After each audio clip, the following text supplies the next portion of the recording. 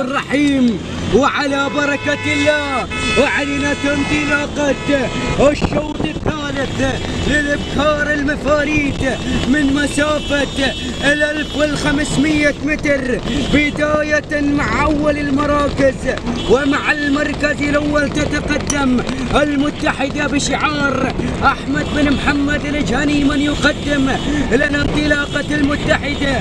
المركز الثاني وصلت المدينة بشعار ضيف الله بن أحمد القصيري. والمركز الثالث وصلت شواقة بشعار عبد الله بن هليل الجهني. والمركز الرابع عزاوي بشعار عبد الله بن سلمان الجهني. ورابع خامس المراكز وصلت النادرة بشعار سالم بن عوض الجهني. ولكن العودة مع المركز الأول مع المدينة بشعار ضيف الله بن أحمد القصيري. والمركز الثاني المتحدة بشعار أحمد بن محمد الجهني. والمركز الثالث وصل شعار عبد الله بن سلمان الجهني مع عزاوي.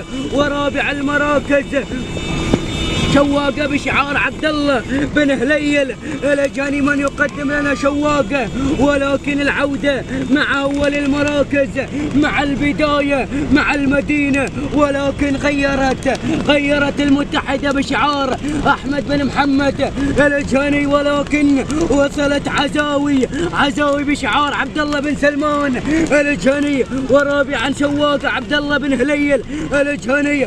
الله يا هذا الصراع! انطلقت المتحدة بشعار أحمد بن محمد الجهني. والقادمة المدينة بشعار ضيف الله بن أحمد الجهني. الله الله الله!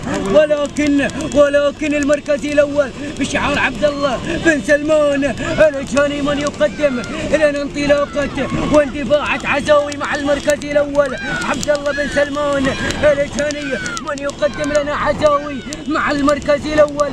ومع البداية الأولى انطلق إلى الإبداع إلى الصراع إلى النزاع. سلامي عليك يا عبد الله يا بن سلمان الجهني من قدم لنا عزاوي. المركز الثاني المدينة بشعار ضيف الله بن أحمد الجهني. وثالث المراكز شواقة بشعار عبد الله بن هليل الجهني الثاني. والنماس جميع الفايزين.